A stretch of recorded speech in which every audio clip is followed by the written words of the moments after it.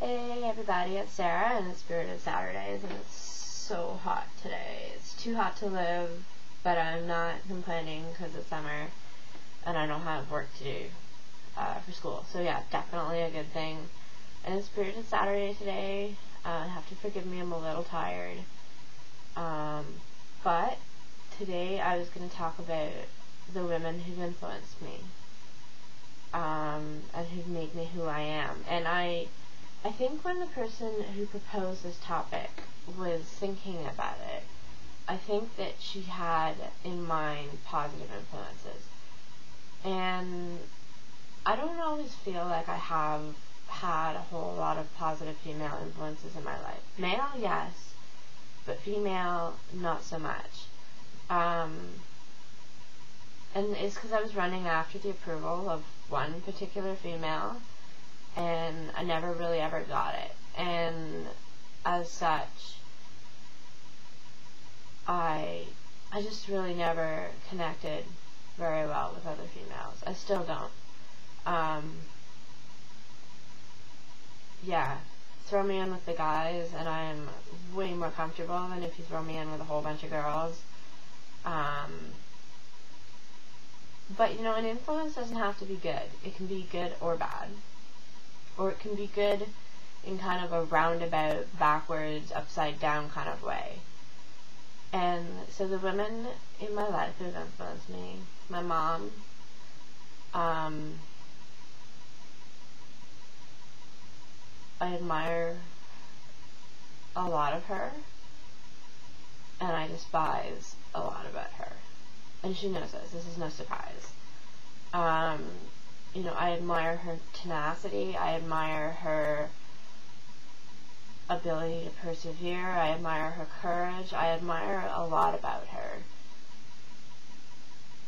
But there's a lot that's very inconsistent too. And it's that I sort of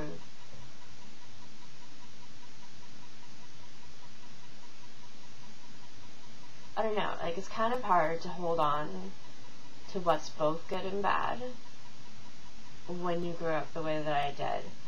And so a lot of her influence was negative, but it ended up being positive because it made me into someone that I can respect and care about, and someone that, you know, I can tolerate.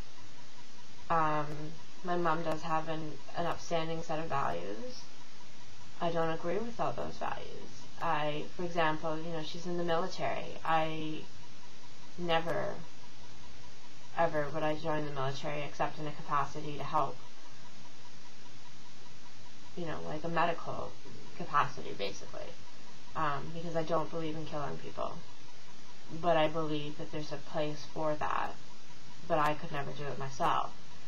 And I don't believe that someone who is a healer and a healthcare practitioner should also be asked to kill, because it's just sort of too contradictory. We're very, very different individuals, and to be quite honest with you, her influence on me today is much, much, much more beneficial than it ever has been. But it hasn't always been that way. The other thing too is, like, when I was young, I had a whole bunch of nannies, and they were all women, but I never really got attached to any of them because my mom would switch them up, like, every year or so. So the first babysitter that I had for more than a year, I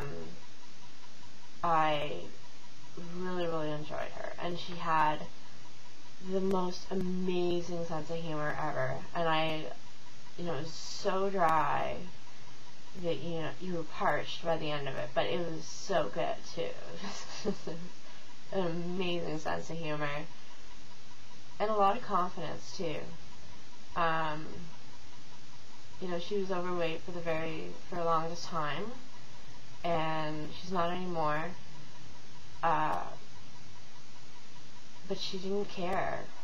I mean, I'm sure she did care on some level, but where it's always on our radar screen, like in terms of eating disorders, it wasn't always on her radar screen. You know, if someone said, oh, well, you're kind of big, she'd be like, oh, yeah, you know what? I noticed that too. Let's move on. And that's just kind of like the whole attitude that she had, and it was really, really great. You know, someone who believed in me a lot, and is someone who I know cared about me. You know, when I was sick and ill, it was her that would take care of me, you know, when my parents were off at work. The last two women that I think about when I think about influencing me are two Pathfinder leaders.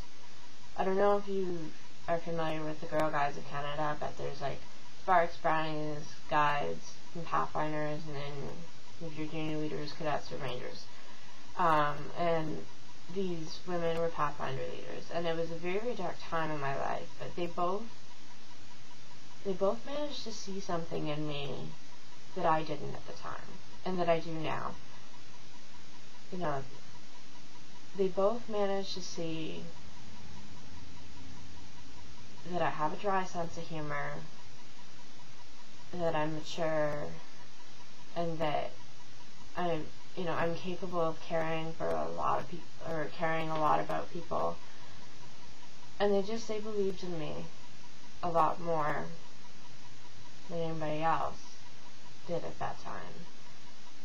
And then the last woman is actually a psychiatrist of mine.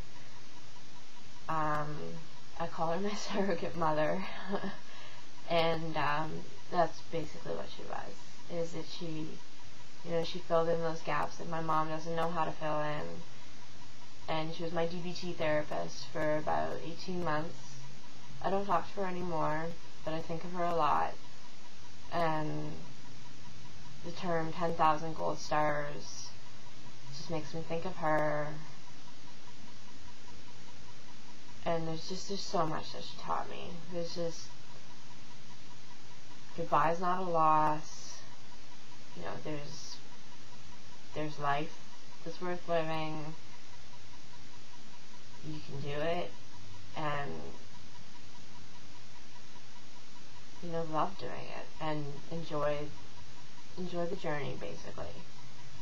So yeah, I look forward to meeting a lot more women who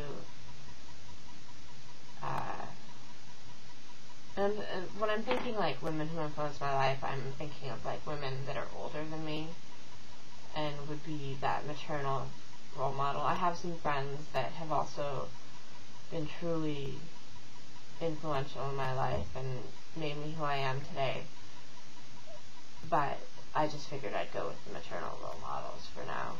And so yeah, even though I don't feel like I have a whole lot of female role models and female influences that are good, I do some. We should do a male one sometime. Yes, we definitely should, because I have a lot more to share with that, because I spent so much time in the athletes world. But definitely, you know, there's a really, really great